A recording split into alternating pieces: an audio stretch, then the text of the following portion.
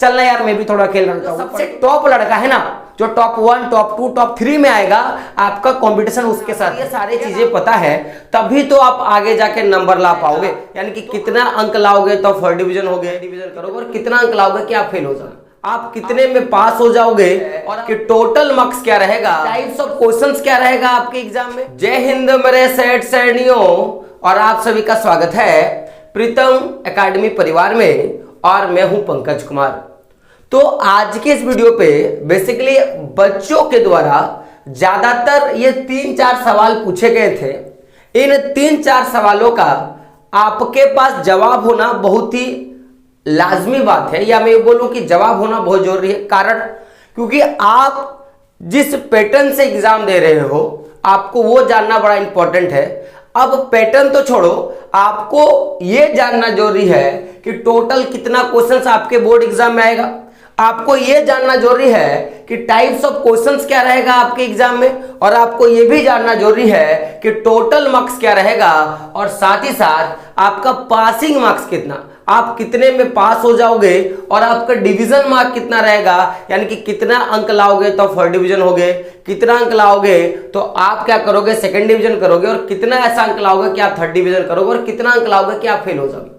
आपको इतना जानना बड़ा इंपॉर्टेंट है। अगर आप कक्षा 10वीं के विद्यार्थी हो और आप परीक्षा दे रहे हो 2024 में, ऐसा मैं क्यों बोल रहा हूं, क्योंकि देखो जिस तरह से कहा गया है कि अगर आपको अगर साइकिल चलाना आता है तो आप गाड़ी चला लोगे, तो उसी तरह अगर आपको बोर्ड एग्जाम की तैयारी करनी है तो सबसे पहले समझ में तो आना चाहिए ना कि किस टाइप के क्वेश्चंस पे आपको ज्यादा ध्यान देना है। क्योंकि आपको टोटल क्वेश्चंस पता होगा, कितना क्वेश्चन पूछेगा वो आपको पता होगा, आपको ये पता होगा कि कितना मार्क्स में आपको पास हो जाना है, आपको ये पता रहेगा कि बताइए कि किस तरह के क्वेश्चंस आएगा। अगर आपको ये सारी चीजें पता है तभी तो आप आगे जाके नंबर ला पाओगे। तो आज हम लोग उन्हीं सारे क्वेश्चंस को क्या करेंगे आज के इस वीडियो में।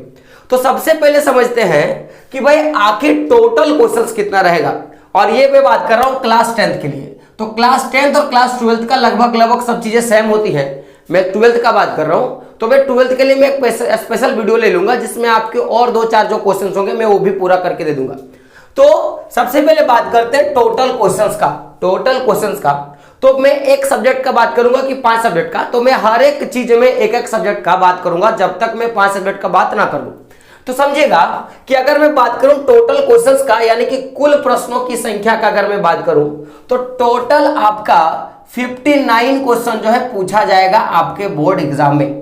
अब आपका सवाल कि सर 59 क्वेश्चन, जी हां दोस्तों, और ये जो 59 क्वेश्चन होगा ना वो आपका प्रत्येक विषय में पूछा जाएगा। यानी कि मैथ में 59 क्वेश्चन पूछा जाएगा, आपका इंग्लिश में 59 क्वेश्चन पूछा जाएगा, साइंस में, सोशल साइंस में, हिंदी में, सब में 59 क्वेश्चन पूछा जाएगा।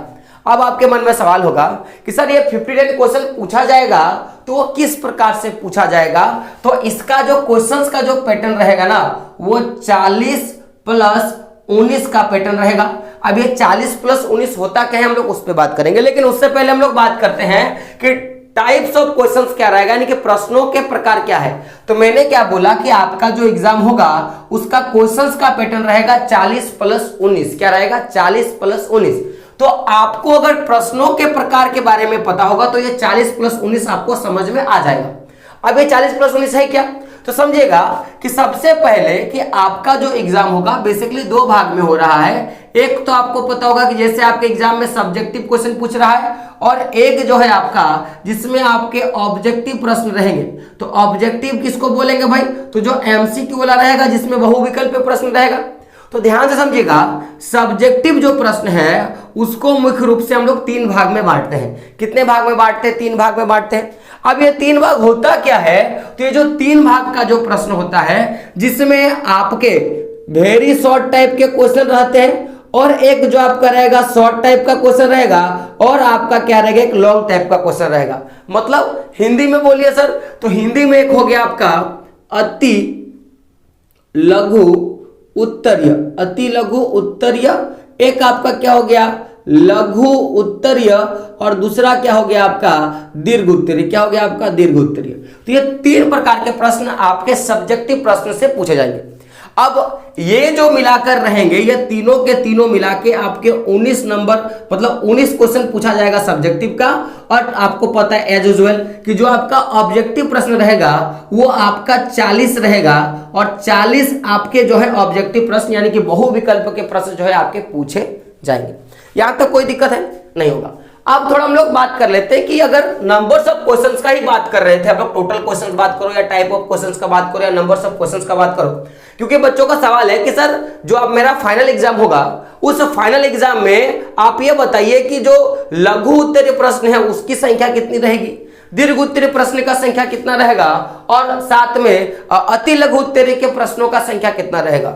तो इसका जो पैटर्न होता है ध्यान से समझिएगा कि आपके 7 प्रश्न पूछे जाएंगे आपके वेरी शॉर्ट टाइप क्वेश्चन का, 7 क्वेश्चन पूछे जाएंगे आपके शॉर्ट टाइप क्वेश्चन का, और साथ साथ में 5 क्वेश्चन जो पूछे जाएंगे वो आपके पूछे जाने वाले हैं माय डियर फ्रेंड आपके लॉन्ग टाइप के क्वेश्चन का। यानी कि लघु उत्तरीय प्रश्न 7 को पूछेगा, अति लघु उत्तरीय प्रश्न 7 को पूछेगा, लघु उत्तरीय प्रश्न 7 को पूछेगा, और दीर्घ उत्तरीय प्रश्न जो है वो 5 पूछेगा। अब मैं आपको बता दूं कि आपने देखा होगा कि आपके एग्जाम में section A, section B, section C होता है, यानी कि खंड ए, खंड ग और खंड जो है भी आपका ग या सौ द जो भी रहता है वो आपका रहता है। तो जो सेक्शन ए होगा, सेक्शन ए में मैं बात किसका बात कर रहा हूं, सेक्शन ए। तो सेक्शन जो एक रहेगा, सेक्शन ए जो रहेगा अगर इंग्लिश में है तो सेक्शन ए में आपके रहते हैं अति लघु उत्तरीय प्रश्न, जिनकी संख्या क्या होती है 7। यानी कि क्वेश्चन नंबर जो पेपर का क्वेश्चन नंबर होता है ना 1 2 3 4 5, तो क्वेश्चन नंबर 1 से लेकर क्वेश्चन नंबर 7 तक का जो क्वेश्चन होता है वो सेक्शन ए का होता है, और सेक्शन ए के प्रश्न जो होते हैं वो अति लघु उत्तरीय प्रश्न होते हैं। क्या होते हैं, अति लघु उत्तरीय प्रश्न होते हैं। अब दूसरा समझिएगा कि कोई सेक्शन, अब आप गौर कीजिएगा, सेक्शन आपका एक होता है बी, आपका एक होता है सेक्शन बी, यानी कि खंड अगर अ है तो ये आपका क्या होगा, ब होगा, है ना, या फिर अगर ये क है तो ख होगा, खंड ख होगा। तो सेक्शन बी जो है आपका, सेक्शन बी में आपके लघु उत्तरीय प्रश्न होते हैं जिसको शॉर्ट टाइप के क्वेश्चन बोलेंगे, और इनका जो सीरियल नंबर होता है ना क्वेश्चन नंबर 8 से लेके क्वेश्चन नंबर 14 रहता है। यानी कि क्वेश्चन नंबर 1 से लेकर 7 तक जाओगे तो सेक्शन ए का क्वेश्चन जो कि आपको क्या मिलेगा, अति लघु उत्तरीय प्रश्न, और सेक्शन बी जाओगे तो क्वेश्चन नंबर 8 से लेकर क्वेश्चन नंबर 14 का रहेगा जिसमें आपके लघु उत्तरीय प्रश्न होते हैं, और साथ में आपका क्या होता है, सेक्शन आपके सी होता है, और सेक्शन सी में 15 से लेकर 19 नंबर तक का प्रश्न आपका पूछा जाता है। यानी कि आप देखोगे तो देखो 19, मैंने बोला यही 19, यह है आपका 19 और यह है 40, यानी कि 40। तो जो आपका टोटल क्वेश्चन जो प्रश्न इस बार पूछा जाएगा वो 40-19 के सेट में पूछा जाएगा। यानी कि सेक्शन ए में आपके 7 प्रश्न, सेक्शन बी में आपके 7 प्रश्न, और सेक्शन सी से आपके 5 प्रश्न। अब बच्चों का यह सवाल होता है कि सर ये तो आपने टोटल क्वेश्चंस बताया, इसमें कुछ क्वेश्चंस अथवा में रहेंगे, कुछ प्रश्नों का उत्तर आपको देना है और कुछ प्रश्नों का उत्तर आपको नहीं भी देना है। तो बच्चों का सवाल था कि सर अगर ये यहां से 7 प्रश्न पूछा जाएगा तो हमको कितने प्रश्नों का उत्तर देना है, सर अगर यहां से 7 प्रश्न पूछा जाएगा तो हमें कितने प्रश्नों का उत्तर देना है, और यहां से अगर पूछा जाएगा तो हमें कितने प्रश्नों का उत्तर देना है, इतना जानना बहुत जरूरी है। तो बात करेंगे कितना कितना क्वेश्चन पूछा जाएगा। तो जो आपका सेक्शन ए है यानी कि अति लघु उत्तरीय प्रश्न जो कि वेरी शॉर्ट टाइप के क्वेश्चन होंगे, टोटल 7 प्रश्न पूछेंगे, लेकिन आपको केवल और केवल 5 प्रश्नों का ही उत्तर देके आना है। आपको 5 प्रश्न का उत्तर देना है। अब ये सवाल कि सर 5 प्रश्न का उत्तर देना है तो कौन सा प्रश्न का उत्तर नहीं देना है, तो देखिए 7 प्रश्नों में से जो भी प्रश्न का उत्तर आपको नहीं आता, या आप थोड़ा भूल गए हो, या आपको समझ में कम आ रहा है, उसको छोड़ देना। देखो 7 में से कोई 2 छोड़ना है आपको, क्योंकि 5 का उत्तर देना है। उसी तरह जो आपका लघु उत्तरीय प्रश्न होगा जिसमें से आपको क्या करना है, 5 प्रश्नों का उत्तर आपको देना है, और दीर्घ उत्तर प्रश्न में केवल और केवल 3 प्रश्नों का आपको उत्तर दे के आना है। बात क्लियर? तो ये आपका था तो टाइप्स ऑफ क्वेश्चंस का और किस तरह से पूछेगा। चूंकि अति लघु उत्तरीय प्रश्न जो होते हैं आपको बता दो, ये आपके मोस्टली केस में एक लाइन में उत्तर देने वाले या एक शब्द में उत्तर देने वाले प्रश्न होते हैं। बात क्लियर? आपके जो लघु उत्तरीय प्रश्न होते हैं उनको मोस्टली केस में 50 शब्दों में उनका उत्तर जो है आपको देना पड़ता है। और ये जो होता है आपका लॉन्ग टाइप का क्वेश्चन, इसका एक रेंज होता है कि लगभग 100 से लेके 120 वर्ड में आपको उत्तर देना होता है। तो यानी कि अगर मैं बात करूं शब्दों का, तो ये जो आपका लघु उत्तरीय प्रश्न होगा, इसमें आपको क्वेश्चंस पे डिपेंड करता है, लेकिन आपको एक वाक्य में क्या होगा, एक वाक्य में आपको उत्तर देना होता है, यानी कि एक सेंटेंस में आपको उत्तर देना पड़ा। लघु उत्तरीय जो प्रश्न होगा, जिसमें आपको कम से कम 50 से लेकर 30 शब्दों का क्या करना पड़ेगा, आपको प्रयोग करना पड़ेगा, इतने में ही आपको नंबर मिलेगा, नहीं तो नंबर नहीं देता है, ठीक है। और वहीं अगर मैं दीर्घ उत्तरीय प्रश्न का बात करूं, तो इसको हार्डली आपको 100 से लेके 120 शब्दों में आपको लिखना पड़ेगा, तब जाके आपको नंबर देगा।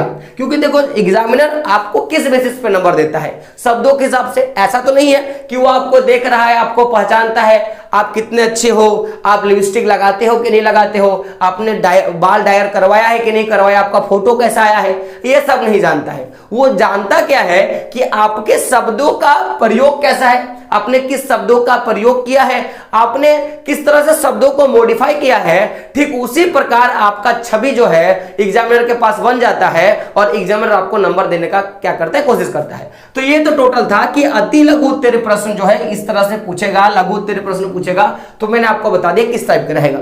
अब बात करते हैं ऑब्जेक्टिव टाइप के प्रश्नों का। तो ऑब्जेक्टिव टाइप का आपको पता होगा कि 4 विकल्प रहेगा, आप तो देख ही रहे हो वीकली टेस्ट पेपर में 10 प्रश्न यही सारे है, 4 विकल्प में से जो सही है उसका उत्तर देना है। अब एक बच्चों का क्वेश्चन आता है बार बार माइंड में कि सर नेगेटिव मार्किंग है क्या, नेगेटिव मार्किंग है क्या। तो मैं आपको बता दूं कि गलत उत्तर पर अगर आपने ठीक से पढ़ा होगा, आप एग्जाम दे रहे हो, वीकली टेस्ट दे रहे हो, तो वीकली टेस्ट पेपर में वहां पे पहला एक कोटेशन होता है जिसमें नियम और निर्देश लिखा होता है, जिसमें साफ साफ लिखता है कि चारों क्या क्वेश्चन लिखता है सबसे पहले कि सभी प्रश्नों का उत्तर देना अनिवार्य है ना, प्रत्येक प्रश्न के लिए निर्धारित अंक उसके ऊपर में अंकित कर दिया गया है, और साथ में बोलता है कि गलत उत्तर दिए जाने पर कोई अंक काटा नहीं जाएगा, तो आपका यहाँ पे नेगेटिव मार्क नहीं है। तो कोशिश कीजिएगा कि जब आप एग्जाम दे रहे हो तो पूरा का पूरा जो आपका आंसर शीट है ना उसको भर के।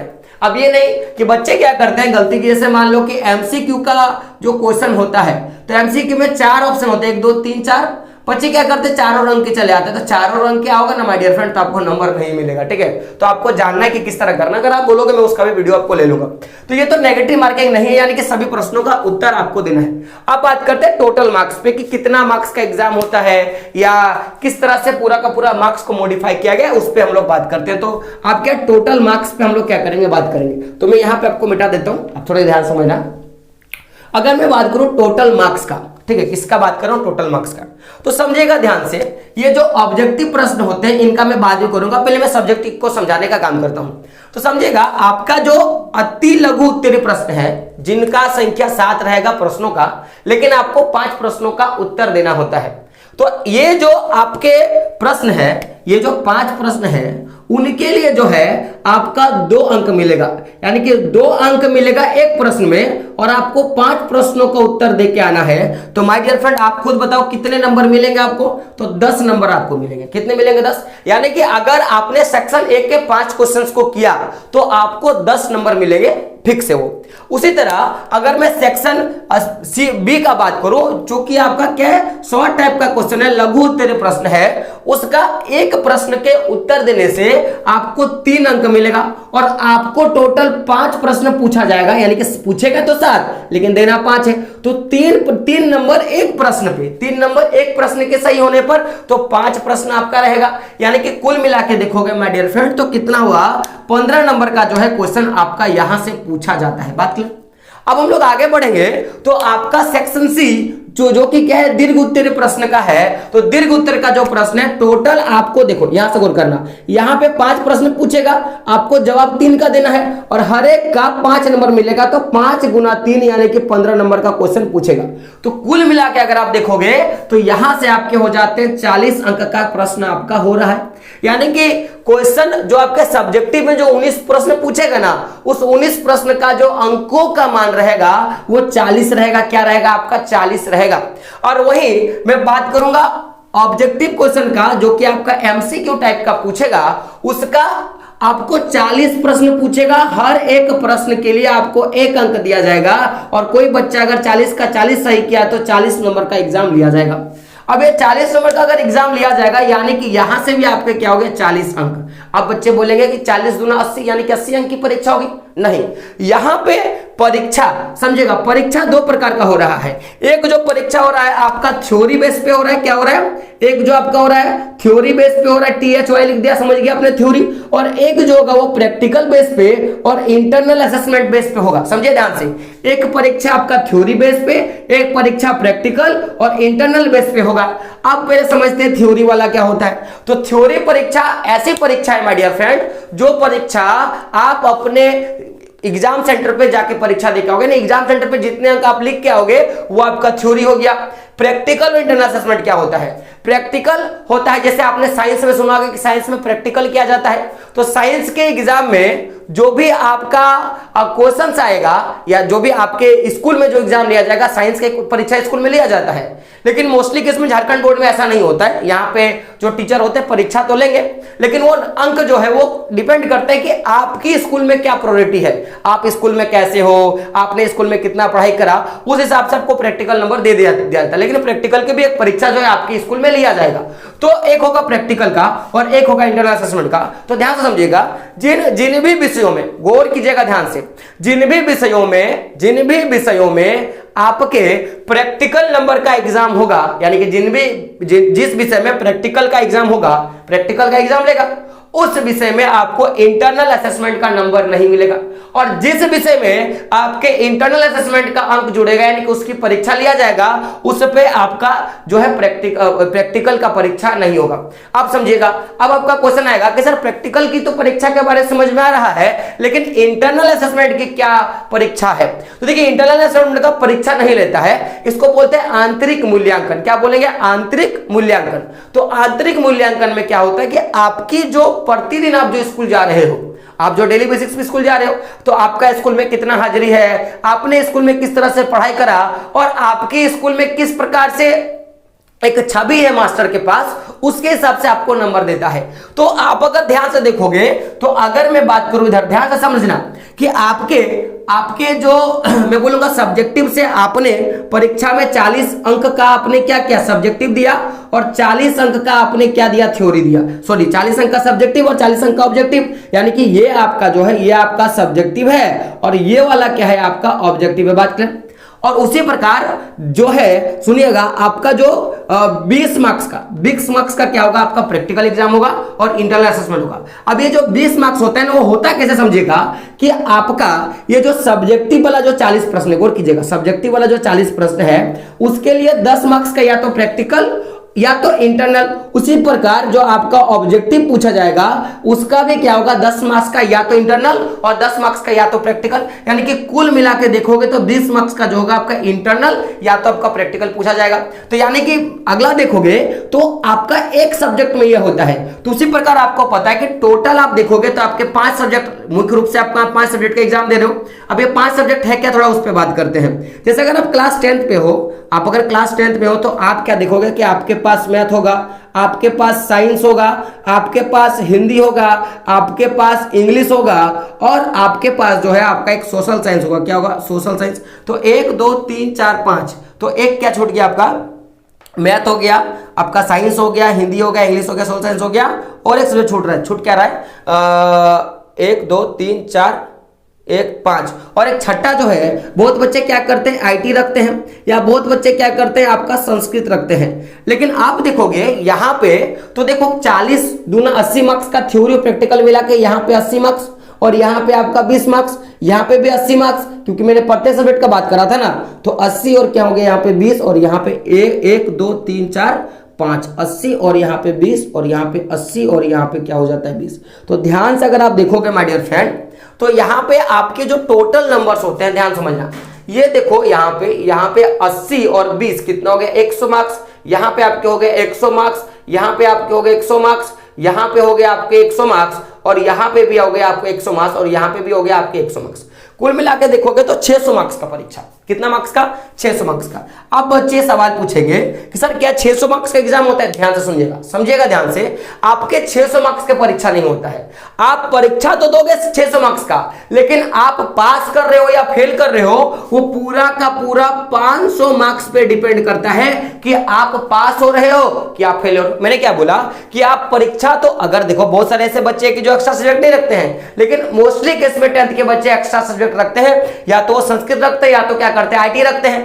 तो आप देखोगे तो 100 मार्क्स का आपका परीक्षा होगा। क्या होगा? 100 मार्क्स का आपका परीक्षा होगा।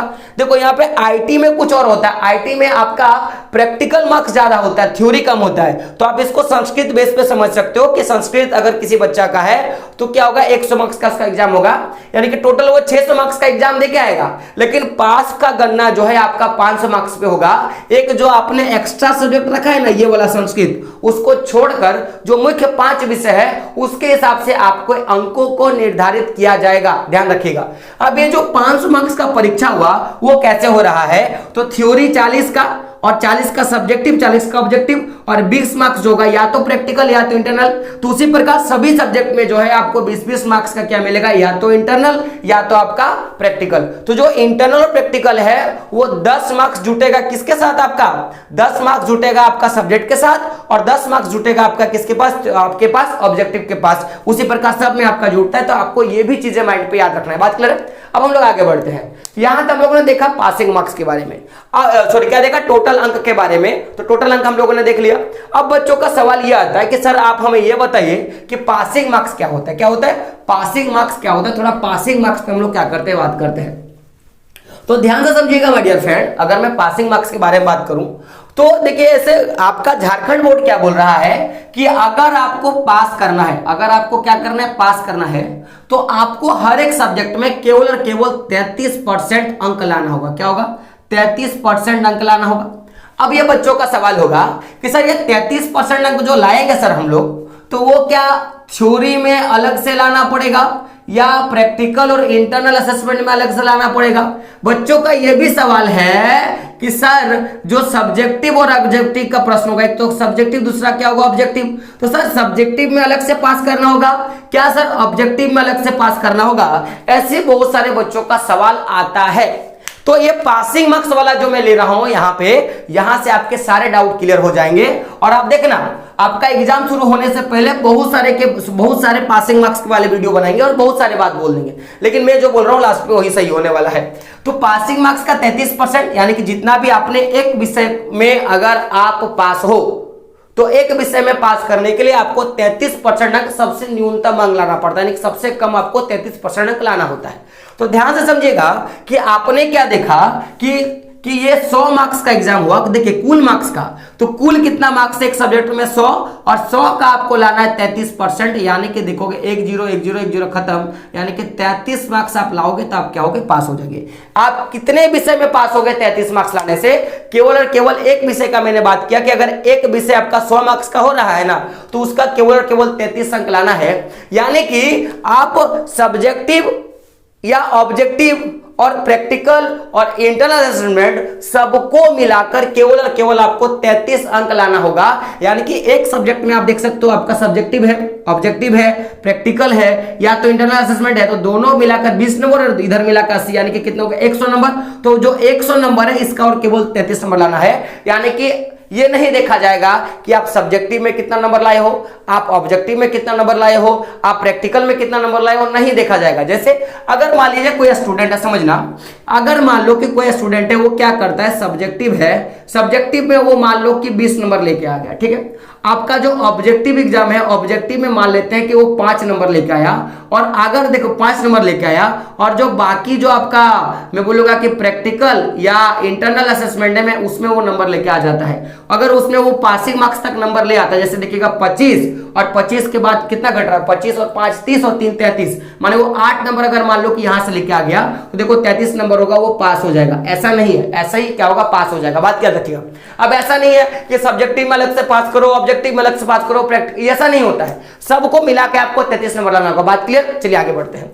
तो 33 मार्क्स एक सब्जेक्ट में, आपका मुख्य विषय 5 को है, तो 33 गुना 5 कर लो, यानी कि 165 अंक जो है आपको लाना होगा। आपको पास करने के लिए 500 सब्जेक्ट में से केवल और केवल आपको कितना अंक लाना है, 165 अंक लाओगे, आप क्या हो जाओगे, पास हो जाओगे। और 165 अंक लाना बड़ा आसान है यार। आसान क्यों है? क्योंकि देखो 40 के हिसाब से इधर मोस्टली केस में 20 के नंबर के हिसाब से तो आपके एवरेज बैठते हैं। एवरेज 20 सबको देता है। अगर 18 को भी 18 के हिसाब देता है तो 18 5 आपका कितना हो गया, 90। यानी कि 90 नंबर तो आप ऐसे ही लेके आ गए। किस में लेके आ गए, खिलखिलीस में। और बाकी इसमें तो आप बाकी नहीं लेना है। देखो अगर 165 अगर अंक है, 165 में अगर मैं 90 घटा दूंगा, 18 5 90 ना होता है जी। 18 गुना 5, 8 5 इसके 0 हाथ मेरा 4 5 4 9, ठीक है। देखिए 165 में आपको केवल और केवल 90 नंबर लाना है। यानी कि 5 यहाँ पे घटेगा तो कितना होगा, 5 होगा ना। और देखिए यहाँ पे कितना हो जाएगा आपका 55, कितना हो जाएगा आपका 7, कितना हो जाएगा 9 में 16 में 9 गया तो 7। यानी कि केवल और केवल आपको 75 नंबर और लाना है। तो क्या 75 नंबर 80 आप 75 नंबर और नहीं ले पाओगे? टोटल देखोगे तो 8 5 कितना होगा, 8 5 40, यानी कि 400 अंक का और आपका एग्जाम होगा। तो 400 अंक में क्या 75 अंक नहीं ले पाओगे? आप बोलोगे हाँ सर ला सकता हूं। तो यानी कि पास करना बड़ा आसान है, लेकिन आपको पास नहीं करना है, आपको उससे आगे जाना है। अब आप समझते सबसे पहला कि 165 अंक चाहिए आपको पास होने के लिए। परसेंटेज में कितना, 33%। आपको यह बात याद रखनी है। अब बच्चों का एक सवाल था जो कि मैं आपसे पूछूंगा कि सर फर्स्ट डिवीजन कितना अंक में होगा, सेकंड डिवीजन कितना होगा, थर्ड डिवीजन में कितना होगा। अब एक बच्चे मुझसे पूछे थे कि सर क्या पासिंग मार्क्स या पास होना या केवल अपने उस दोस्त को देखकर पढ़ना ये सही है क्या? देखो अक्सर क्या होता है कि आप देखना कि जो टॉप करने वाले बच्चे होते हैं, या आप अगर उस लिस्ट पे दौड़ रहे हो तो बड़ी अच्छी चीज है। मैं एक बात बोलूंगा जिसको ध्यान से समझना है। होता क्या है कि जब भी हम लोग अपना कंपटीशन का बात करते हैं, या जब भी हम लोग ये बात करते हैं कि हमको फर्स्ट करना है, या जब भी बात करते हैं कि हमको अच्छा करना है, तो अक्सर हम लोग किन लोगों को देखते हैं पता है? कि हमारे अगल बगल में कौन है, मेरा दोस्त कौन है, मेरा दुश्मन कौन है। यानी कि जो आपके आसपास के लोग होते हैं ना, हम लोग उसको देखने का काम करते हैं। जैसे समझिएगा कि आप अगर क्लास 10th का बच्चा हो तो आप अक्सर आप किसको देख के मोटिवेट होते हो? तो बच्चे बोलेंगे सर मेरा दोस्त को। क्यों? क्योंकि अगर आपका दोस्त पढ़ रहा है तो आप पढ़ रहे हो, आपका दोस्त खेल रहा है तो आप भी खेलोगे। होता क्या है कि जब मैं भी 10th में था तो मैं अक्सर क्या करता था कि मैं पढ़ता था और फिर मैं अपने दोस्त को देखता था। मेरा एक दोस्त का नाम था अशोक, मैं आपको बता दे रहा हूं, मेरा एक दोस्त का नाम था अशोक। मैं उसको देखता था, मैं जेलसी नहीं है मेरा कि मैं उससे जल रहा हूं, लेकिन मैं उसको देखकर, मेरा बहुत क्लोज दोस्त है, मैं उससे बहुत प्यार करता हूं। मैं अपने दोस्त का कहानी बता रहा हूं। मेरा एक दोस्त था अशोक, मैं उसके साथ में पढ़ाई करता था। तो मैं पढ़ लेता था और पढ़ने के बाद मैं उसको जाके देखता था वो क्या कर रहा है। तो मोस्टली केस में ज्यादातर वो घर का काम में ही फंसा रहता था लड़का। तो देख रहा था कि वो काम कर रहा है। तो मेरे माइंड पे आता था कि मैं तो 4 घंटा पढ़ लिया लेकिन अशोक नहीं पढ़ रहा है, चलो कोई दिक्कत नहीं, मैं भी अब क्या करता हूं कुछ काम में कर लेता हूं। तो ऐसे करके मैं समय को जो है अपना पार कर दे दिया था। लेकिन आज के भी लड़के ऐसे करते हैं कि वो अक्सर क्या करते हैं कि अपने उस दोस्त के पीछे भागते हैं जो दोस्त उसका सबसे ज्यादा करीब है। यार एक बात बताओ, क्या आप अगर 10th में हो तो आपका कंपटीशन क्या केवल और केवल आपका उस दोस्त के साथ है जो दोस्त आपके सबसे करीब है? आपका जो कंपटीशन है केवल और केवल क्या उस दोस्त के साथ है जो आपके सबसे करीब है? नहीं, ऐसा नहीं है। आपका कंपटीशन आपके स्टेट बोर्ड, यानी कि आप जो झारखंड बोर्ड दे रहे हो स्टेट बोर्ड है, तो उस स्टेट बोर्ड का जो सबसे टॉप लड़का है ना, जो टॉप 1 टॉप 2 टॉप 3 में आएगा, आपका कंपटीशन उसके साथ है। यार आपके गली मोहल्ले के बच्चे आपके कंपटीशन नहीं करते हैं।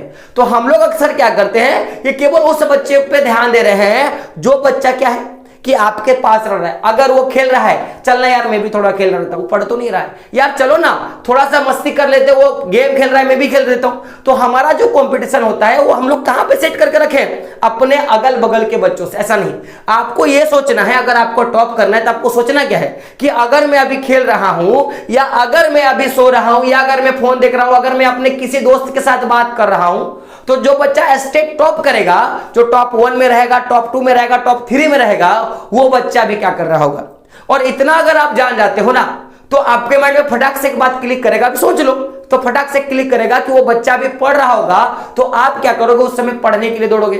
तो सबसे बड़ा मोटिव चीज क्या है कि आप अपना कॉम्पिटिटर को फाइंड करो कि आप किसके साथ कंपटीशन देने वाले हो। ऐसा नहीं कि अपने अगल बगल के बच्चों को आपने कंपटीशन करा और आपने देखा कि नहीं वो तो खेल रहा है, चलो मैं पढ़ लेता हूं, और आपने 2 घंटा पढ़ा, वो लगातार 2 घंटे से खेल रहा है, फिर आप बोलोगे सर कि मैंने तो ज्यादा पढ़ लिया। ऐसा नहीं, हमेशा याद रखना कि जो बच्चे टॉप क्वालिटी के होते हैं ना, उनकी सोचने की शक्ति, उनके जज्बा कुछ और होता है, उनकी एक अलग से एक एरा बन जाता है, उस हिसाब से अपने आप को ढाल लेते हैं और उस हिसाब से करते हैं। तो कंपटीशन, अपने कॉम्पिटिटर को चुनो कि आपका सबसे बड़ा कॉम्पिटिटर कौन है। आपके अगल बगल के चंगू मंगू ये सब आपके कोई कॉम्पिटिटर नहीं है। आपके कॉम्पिटिटर वो है जो टॉप 3 में आने वाले पूरे के पूरे स्टेट बोर्ड में। तब आप समझ लो कि आपको क्या करना है और कैसे करना है। बस माइंड में हमेशा एक चीज रखना कि आज अगर मैं खेल रहा हूं, आज अगर मैं किसी से बात कर रहा हूं, आज मैं समय की बर्बादी कर रहा हूं, तो जो स्टेट बोर्ड में टॉप करेगा ना वो लड़का भी पढ़ रहा होगा।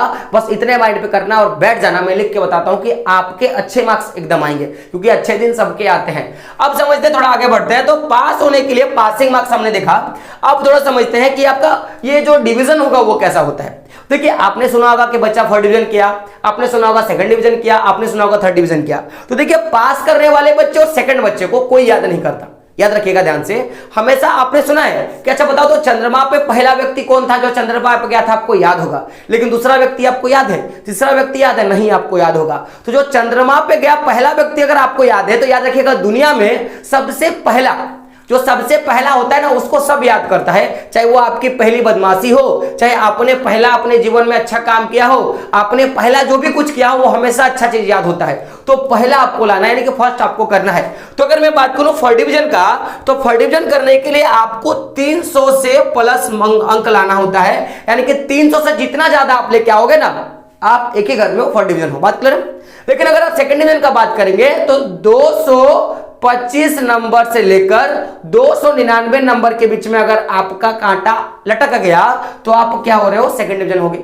और आप अगर थर्ड डिवीजन का बात करोगे तो 165 तो अंक सबसे कम आपको लाना ही है, इतना आपको लाना ही लाना है। साथ ही साथ अगर आप 224 नंबर तक लेके आते हो ना तो आप थर्ड डिवीजन करोगे, यानी कि आपका सुई जो है वो 11:15 पे लग जाएगा। तो यानी कि फर्स्ट डिवीजन करने के लिए 300 से प्लस अंक, सेकंड डिवीजन करने के लिए 225 से लेकर 299 अंक तक, और आपका थर्ड डिवीजन करने के लिए 165 से लेकर 224 अंक तक लाओगे तो आप थर्ड डिवीजन करोगे। तो आप देखो कांटा आपका कहां जाके अटका, ये डिपेंड करता है आपके पूरे के पूरे मेहनत पे। तो मैं बार बार बोल रहा हूं कि केवल और केवल अपने उन दोस्तों को देखकर तैयारी मत करो जो आपके अगल बगल में। बस ये सोचो कि आपका जो स्टेट बोर्ड टॉपर करेगा वो क्या कर रहा हो, अगर आप पढ़ाई करो। बात क्लियर है? तो ये पूरा का पूरा पासिंग मार्क्स का फंडा था, पूरा का पूरा एग्जाम पैटर्न का फंडा था, मैंने बता दिया। यहां पे याद रखिएगा कि जो भी एक्स्ट्रा सब्जेक्ट होता है वो केवल और केवल आपको पास करवाने में मदद करता है। यानी कि अगर आप जो आपका लैंग्वेज पेपर है हिंदी और इंग्लिश, उसमें अगर किसी एक में पास हो जाते हो तो आपका क्या फेल हो जाते हो तो आपको पास करवाता है। या कभी कभी क्या होता है कि जो आपके मुख्य विषय है, मुख्य में से देखिए कंपलसरी है, आपको मैथ में पास करना होगा, साइंस में पास करना होगा, सोशियोलॉजी में पास करना होगा, ये कंपलसरी, इसमें आपको पास करना ही पड़ेगा। तो बाकी में अगर किसी तरह से आप फेल होते हो तो आपको पास करवाने में क्या करता है, मदद कर देता है। आपको यह बात ध्यान रखना है और कॉम्पिटिटर को चुनने का प्रयास करो, क्योंकि मैंने हमेशा बोला है कि रख हौसला वो मंजर भी आएगा, प्यासे के पास चलकर एक दिन समंदर भी आएगा, तू थक कर ना बैठे मंजिल की मुसाफिर, कि तू थक कर ना बैठ ए मंजिल की मुसाफिर, मंजिल भी मिलेगी और मंजिल पाने का मजा भी आएगा। तो आपको वो मजा लेना है, आपको वो आपका जो एग्जाम वाला जो सुई है ना वहां पे जाकर अटकनी चाहिए कि जो बच्चा टॉप करेगा ना उसका मार्क्स क्या आएगा, ना कि आपके चंगू मंगू जो भी आपके अगल बगल वाले दोस्त है उसको देखकर कुछ नहीं करना है। बस ये जो आपके 3 महीने है ना, इस पे उन सारे जो भी आपके फन फैलाए हुए जो भी आपके सपोले दोस्त होंगे ना, जो आपके समय को बर्बाद कर रहे होंगे, उनसे थोड़ा दूर हो जाना। मैं दावे के साथ बोल रहा हूं कि इस बार नंबर आपका आएगा, दिन आपका आएगा, दिन भी आपका होगा, हथियार भी आपका होगा, और जब मारोगे ना तो वही कहोगे कि जब तक तोड़ेंगे नहीं तब तक छोड़ेंगे नहीं। तो मिलते हैं अगले वीडियो में दोस्तों, तब तक के लिए जय हिंद, जय भारत और आपका दिन शुभ हो।